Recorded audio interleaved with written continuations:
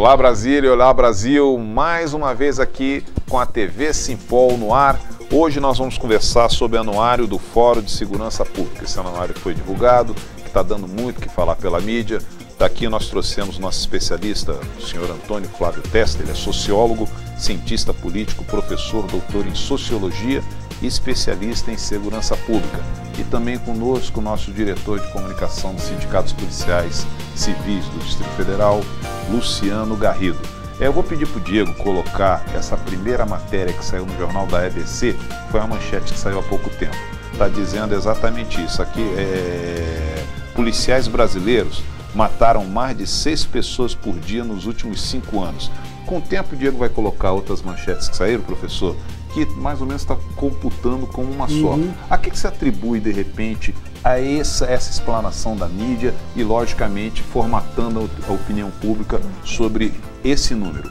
Veja, esse anuário ele traz um registro oficial, ele é baseado em dados estatísticos, a partir do Cinesp, do DataSource, e mostra, de fato, a violência que é crescente nesse país. A gente, se formos falar bem objetivamente, em alguns estados como São Paulo e Rio de Janeiro, o Brasil vive praticamente uma guerra do crime organizado contra a polícia, principalmente a polícia militar.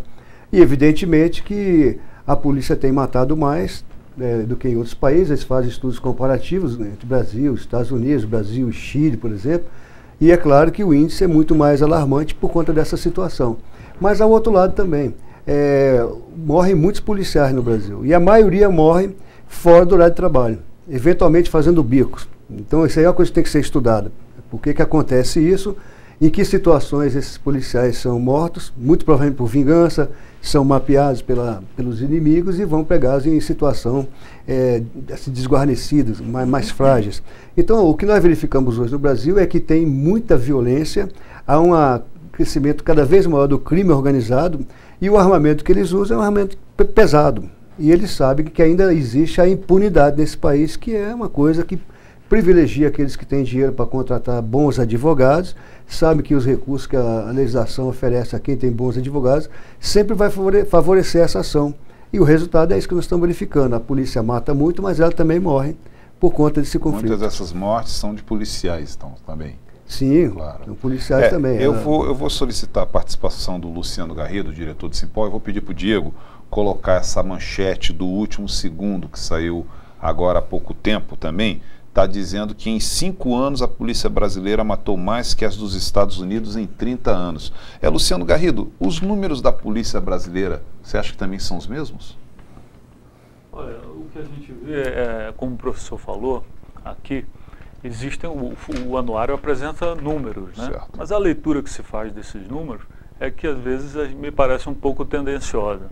Na verdade, a polícia daqui realmente tem um alto índice de letalidade. É preciso saber em que contexto ocorre essa letalidade, né? Como foi falado, eu não diria que a polícia brasileira é muito violenta, mas o país inteiro é violento, a sociedade é violenta, né? Isso se reflete não só no crime de homicídio, mas até nas mortes, por exemplo, do trânsito, né? O trânsito brasileiro é violento também. Então, me parece que há uma cultura, né, que se estabeleceu de crime. A ONU, por exemplo, estabelece que 10 homicídios para cada 100 mil habitantes por ano é um índice a partir do qual se torna a violência considerada endêmica, né? No Brasil, se não me engano, está em 26 aproximadamente. Quer dizer, há um clima de guerra, né, no Brasil. A gente tem uma violência que é realmente assustadora. Então, no meio disso aí está a polícia, né? A questão é a gente perguntar, por exemplo, num país que tem 54 mil homicídios ao ano, se não houvesse a polícia, seriam quantos homicídios? Quer dizer, você culpabilizar a polícia por esse estado de violência, ou você dá um destaque para essa informação isolada de um contexto, me parece que é uma cobertura tendenciosa. Isso que eu iria lhe perguntar agora. Você acha que, de repente, a divulgação desses números, tá, ele tendencia para a população enxergar a polícia com outros olhos? Sim. Hoje em dia a gente percebe no meio policial que há uma situação constante de confrontação e em relação ao trabalho da polícia. Isso você vê nas ruas, né? Nós tivemos aquele caso do camelô lá em São Paulo, que estava agindo lá, né? E as pessoas, os populares, desafiando, né, os policiais, querendo intimidar os policiais. Quer dizer, essa postura tem ocorrido constantemente nas ações policiais. E isso, no meu entender, reflete um pouco digamos assim, essa cobertura que a mídia dá para a polícia, sempre colocando a polícia como, digamos assim, com truculência, como se a polícia tivesse sempre uma postura truculenta. Ora, maus policiais existem, eu não vou negar. Qual profissão hoje que não existe maus profissionais? Todas elas existem, mas existe um exagero nessa cobertura, né? Eu vou retroagir aqui, pedindo a participação do professor Antônio Flávio Testa. O senhor, como sociólogo, como estudioso nessa área de segurança pública e já há algum tempo, hoje o poder bélico da bandidagem, ele cresceu de um tempo para cá? Sim, cresceu muito. E aí, cada vez mais, você tem acesso a armamento pesado. O Estatuto do Desarmamento, que foi uma estratégia que o governo tentou implementar, ele foi residual nos resultados positivos, né? Porque você não tirou do crime organizado o armamento. Então, é bobagem dizer que os criminosos hoje são amadores. Eles são profissionais, estão muito bem armados, usam drogas numa quantidade absurda e vão para o confronto. E às vezes, assim, em termos de qualidade, de quantidade, mais armado que a própria polícia. Em algumas situações, sim. Se você olhar o que o Luciano colocou, é preciso analisar o policiamento no Brasil como conjunto. Você tem 27 estados, 5.564 municípios. Tem município que não tem a presença de um policial militar.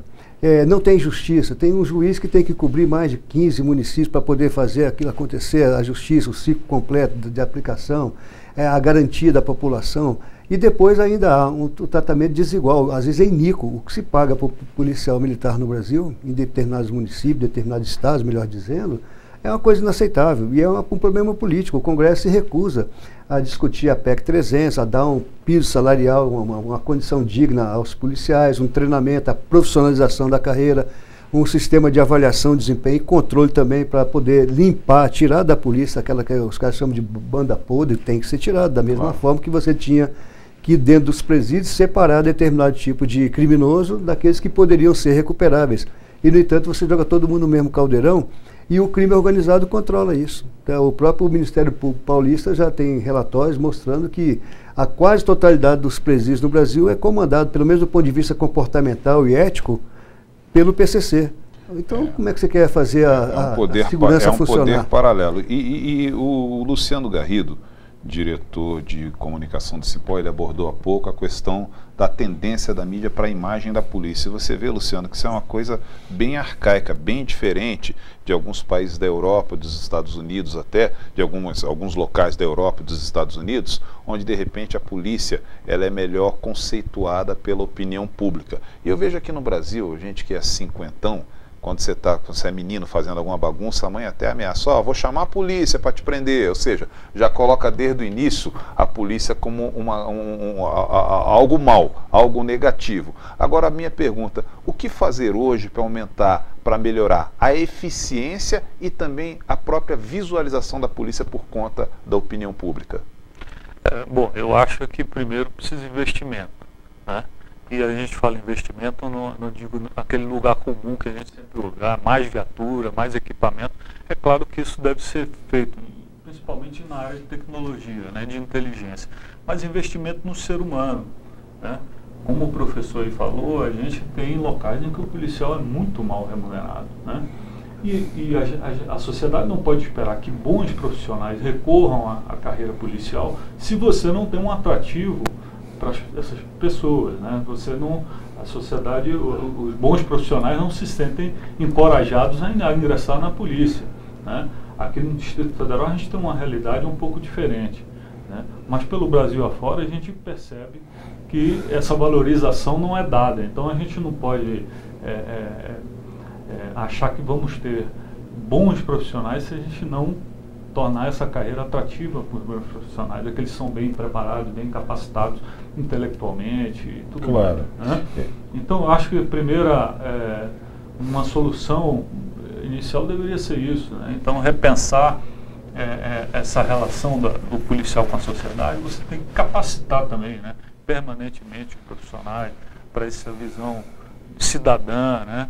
Mas o que me parece também recorrente aí é fomentar essa visão contra a polícia constantemente, como se a polícia não fosse uma instância fundamental na democracia, né, para a preservação da lei e tal.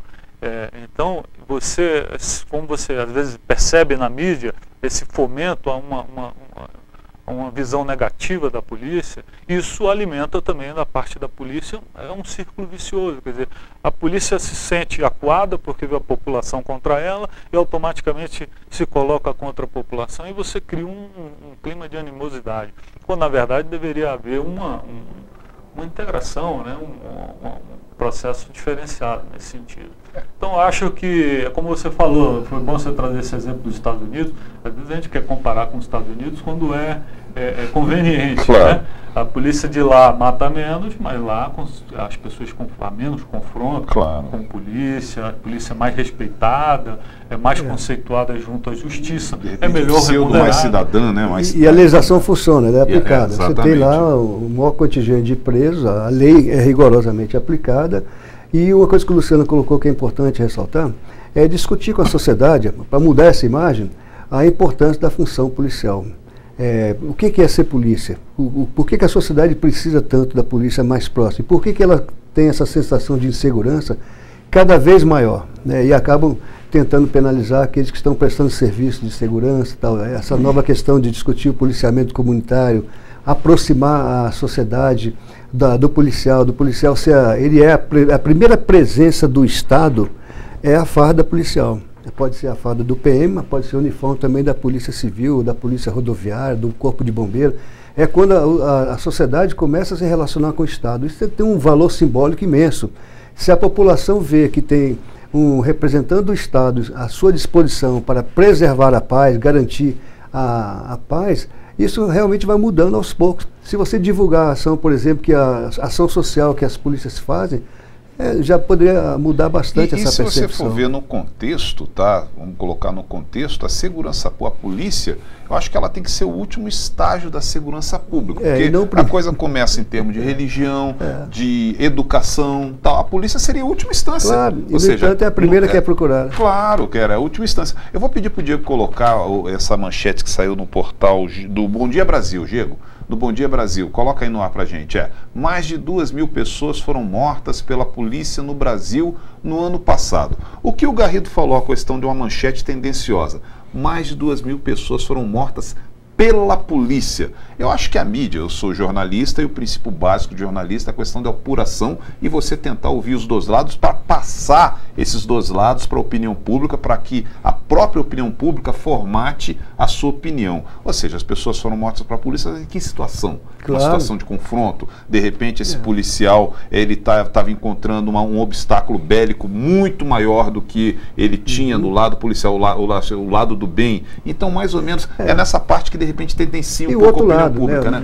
Mais de 2.000 pessoas foram mortas, mas quantos policiais também foram mortos? Exatamente. Você tem que dar os dois lados. Se é uma situação de confronto, né, então aconteceu dos dois lados.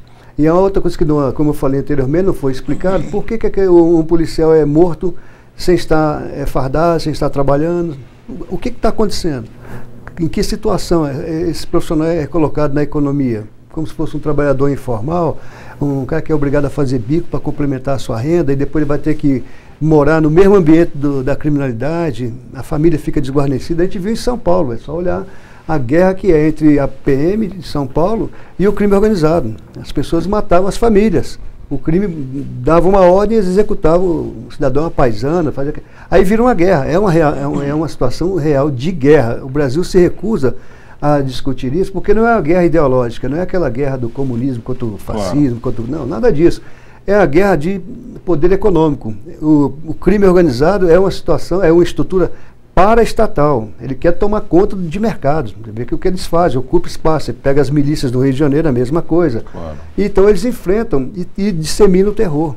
E é uma coisa que, se você for ver do lado frio, muitas vezes existe mais planejamento do que o poder oficial. O poder paralelo, ele demanda de mais planejamento do que o poder oficial. Você pega, por exemplo, você citou a questão do PCC. O PCC, eles pegam garotos jovens, da idade, de repente, desse meu cinegrafista aqui, 20 e poucos anos, investem no estudo do rapaz para que ele forme direito, para que ele faça um concurso da Polícia Civil e ser uma banda podre, fazer parte de uma banda podre dessa polícia. Ou seja, o que eu me lembro de um termo que foi usado naquele filme do Poderoso Chefão: se você quer uma fruta boa, você não vá no cesto, vá até a árvore, ou seja, planta aquilo ali, entendeu? Que você vai ter uma fruta muito mais fiel, ou seja, tanto para o bem quanto para o mal. Complementando esse raciocínio, você pega os depoimentos que aconteceram na CPI do narcotráfico, do crime organizado, eles mostrando assim, objetivamente, o objetivo do PCC é financiar não só os meninos para formar em advocacia, mas as meninas também.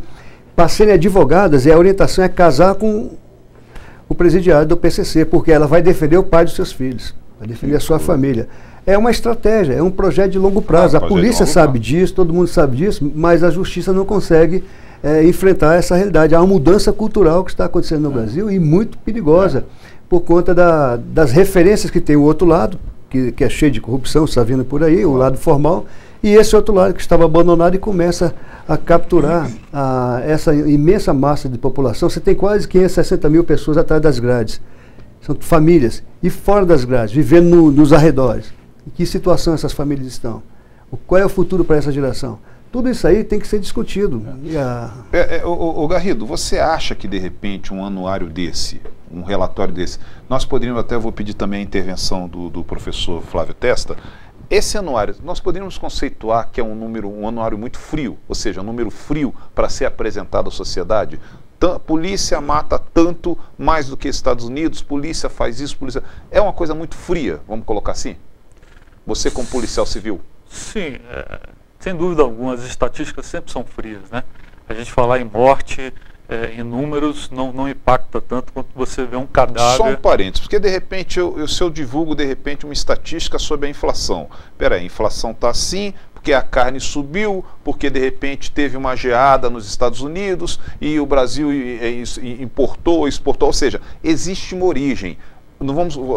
A apresentação de um número econômico é uma apresentação com mais, digamos assim, com mais emoção do que uma apresentação de um anuário de violência, de quanto que a polícia... Agora, acabei te interrompendo, pode concluir, Garrido. Então, eu acho que sim, eu concordo com você, e ainda mais se você apresenta esses números e não contextualiza essa realidade, né? O que ele realmente representa, né?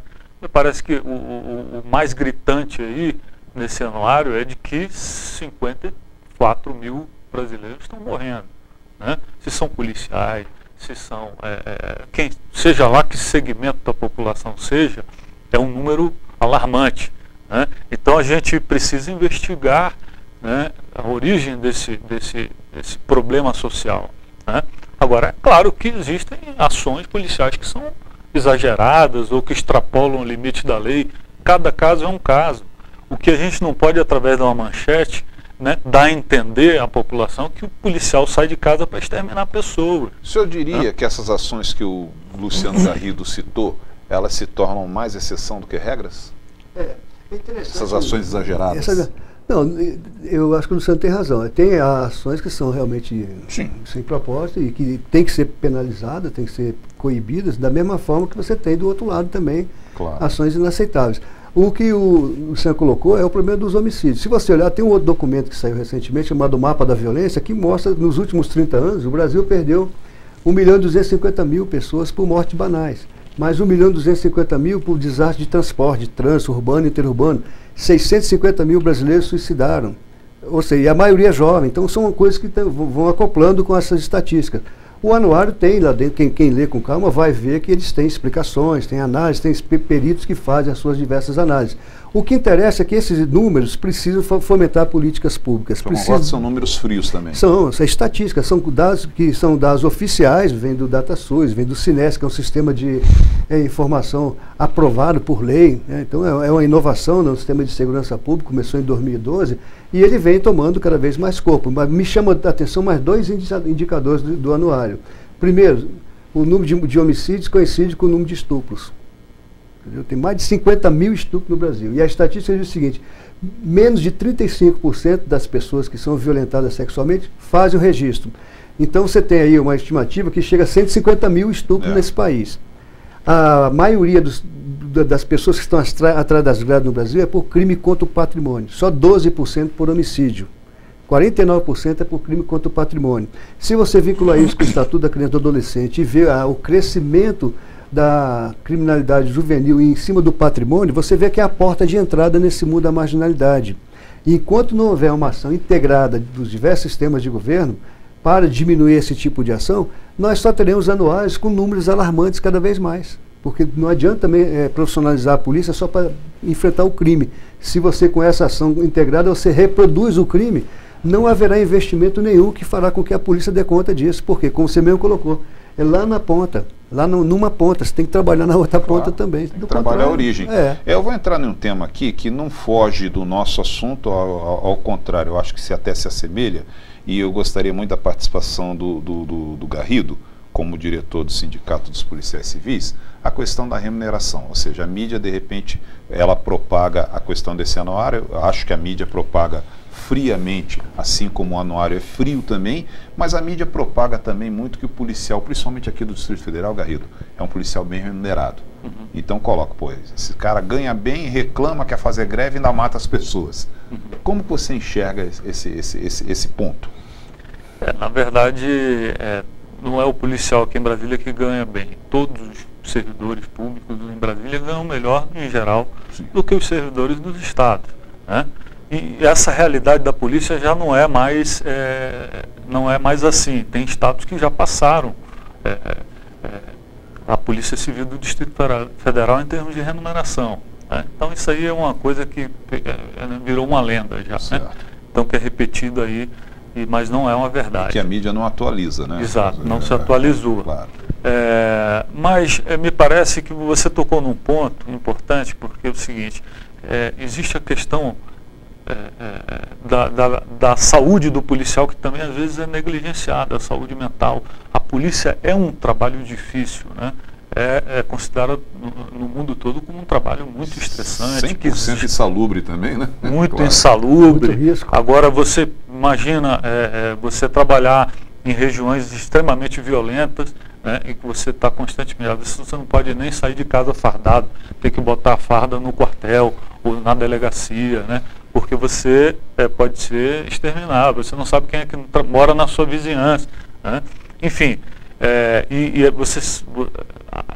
o trabalho policial, por essas características, né, não tem sido, em geral, consideradas pelos gestores, né, das polícias, pelos governantes em geral. Quer dizer, a polícia é uma atividade que demanda desses órgãos um tratamento diferenciado para o seu servidor, né? Por isso que ele precisa ser bem selecionado, precisa constantemente ser avaliado psicologicamente. E a gente percebe que às vezes, quando o policial se envolve num problema disciplinar ou criminal, muitas vezes é um efeito de um distúrbio, claro, que se instalou e que muitas vezes isso não é diagnosticado. Quer dizer, uma pessoa que às vezes reage com violência, não apenas contra o cidadão, mas às vezes até dentro de casa, contra a sua família ou contra si mesmo. Nós tivemos aqui em Brasília 5 casos de suicídio este ano de policiais civis. Na Polícia Federal, se não me engano, o número é de 13 policiais civis. Eu quero saber qual é a outra categoria de servidores públicos que tem um número desse, né? Então, isso sinaliza, né, para os governantes e para os gestores da instituição que o policial precisa de uma atenção diferenciada, né? O ser humano policial precisa de uma atenção diferenciada. E para que ele preste um bom serviço para a população, ele precisa ter as condições, não só psicológicas, mas de trabalho, mas também psicológicas, né? Eu me lembro que na década de 80, me parece, de repente o professor pode lembrar muito bem o Rio, houve uma morte de um adolescente no Rio de Janeiro, de 14 anos de idade, com o apelido dele era Brasileirinho, me lembro o nome dele, vulgo Brasileirinho. Uhum. E a opinião pública vem muito em cima dos policiais da Polícia Civil que matou esse rapaz numa troca de tiros. Agora ninguém se tocou que esse brasileirinho tinha nas costas uma ficha com mais de 25 mortes, um menino de 14 anos. Então, mais uma vez eu falo que de repente muitas vezes esse número é muito frio, né? O que atribuiu? E o policial está lá para defender a população. Diego, põe mais uma manchete para a gente, nós estamos chegando quase ao finalzinho do nosso bate-papo. Continuando essa notícia aqui do portal Yahoo, que tudo converge no que nós estamos conversando desde o início, que a polícia brasileira mata 6 vezes mais que a americana. Agora, acho que demanda de cultura, de comportamento, de valorização da polícia. Diferente, né? Um viés impressionante na comunicação brasileira é que você sempre privilegia o bandido como se fosse vítima e não trata as vítimas com o devido direito. Nunca. Você vê, aqui em Brasília mesmo, aquele cidadão com 17 anos, quase 18 anos, que matou a namorada, fotografou e colocou no Facebook, dizendo que ele é o bambambam, já tem gente querendo defendê-lo. Né, dizendo que não, ele tem que ser penalizado. Claro. Um menor assassino tem que ser penalizado, assim como um adulto assassino. Sem dúvida nenhuma. Agora, veja, você não vê nem o governo, nem a mídia, nem uma associação defender a família, defender a vítima. Você não tem nesse país, as pessoas, os movimentos sociais são sempre para defender o interesse dos criminosos. Claro. E nunca para defender o interesse, o direito das vítimas. Isso é que tem que ser mudado nesse país, se você quiser acabar com a violência. Esse trabalho de vitimologia, de repente uma recuperação e a defesa mesmo da vítima. Tem mais de uma década, mas na Universidade de Brasília foi feita uma pesquisa interessantíssima chamada As Vítimas Terceirizadas da Violência. Por exemplo, o pai de família sai para trabalhar, aí o menor vai dar voz de assalto e mata aquele cara. Aquela família está totalmente abandonada. O pai era o provedor. Além da perda emocional, perdeu totalmente a estabilidade, cara. E agora, como é que vai ser feito? Ah, mas o menor é o menor que foi abandonado pela sorte. Tá, e a família foi abandonada por quem? Claro. São as questões que não se discutem. Resumindo, acho que a gente tem que separar exatamente esses menores ou esses criminosos que são vítimas da sociedade e aqueles que fazem da sociedade as suas vítimas. Se transformar de vítima por conta deles. Claro, Fábio Garrido. Eu acho que foi interessante, professor, até falar nisso aí, porque uma das questões que foi colocada pela imprensa foi dos gastos, né, com essa violência, como se o gasto fosse importante. É claro que é importante o gasto, traz prejuízos para a sociedade, mas antes do gasto são vidas que estão sendo exterminadas. A estatística diz o seguinte: gasto com a vida humana. Quanto vale a vida humana? Exatamente. Então, uma coisa interessante, né? Você faz estatística, mas ela não reflete, isso aí que o Luciano está colocando. Foram gastos com quanto custou perder uma vida. Finalizando o nosso bate-papo hoje, eu vou fazer uma pergunta para os dois, para a gente tentar encerrar esse nosso bate-papo. Claro que a TV Simpol vai estar sempre aberta para discutir temas polêmicos de interesse da população e também de interesse da classe policial. Existe hoje, é possível dizer que existe a recuperação de um criminoso no sistema carcerário brasileiro atual? Bom, eu não sou especialista nisso, acho que o Luciano é muito mais competente do que eu para responder sobre isso, mas a minha impressão é que é residual o nível de recuperação.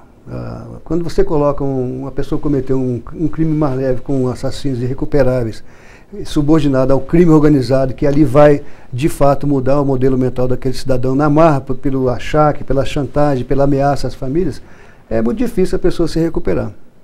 Luciano Garrido. Eu acho que hoje o sistema penitenciário é um problema, né? A gente tem 2 anos de um governo de esquerda aí, no entanto, a situação dos presídios são totalmente falido o sistema totalmente falido. Claro.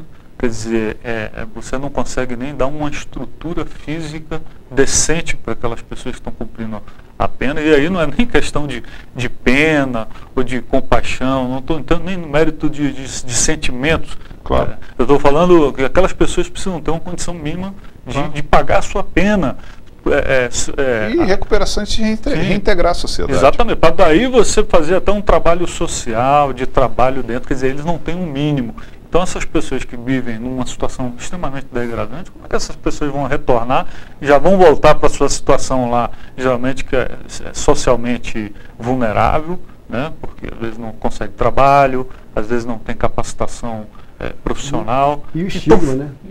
Fica difícil uma pessoa que foi submetida a uma situação de presídio extremamente degradante, desumana, e depois sai dessa situação sem um mínimo, digamos, instrumentos para tocar uma vida e começar uma vida diferente. Então, realmente, eu acho que a gente está muito longe de ter uma saída para esse problema no Brasil. Professor, nós estamos chegando ao final do nosso programa. Suas considerações finais aqui para a câmera 2.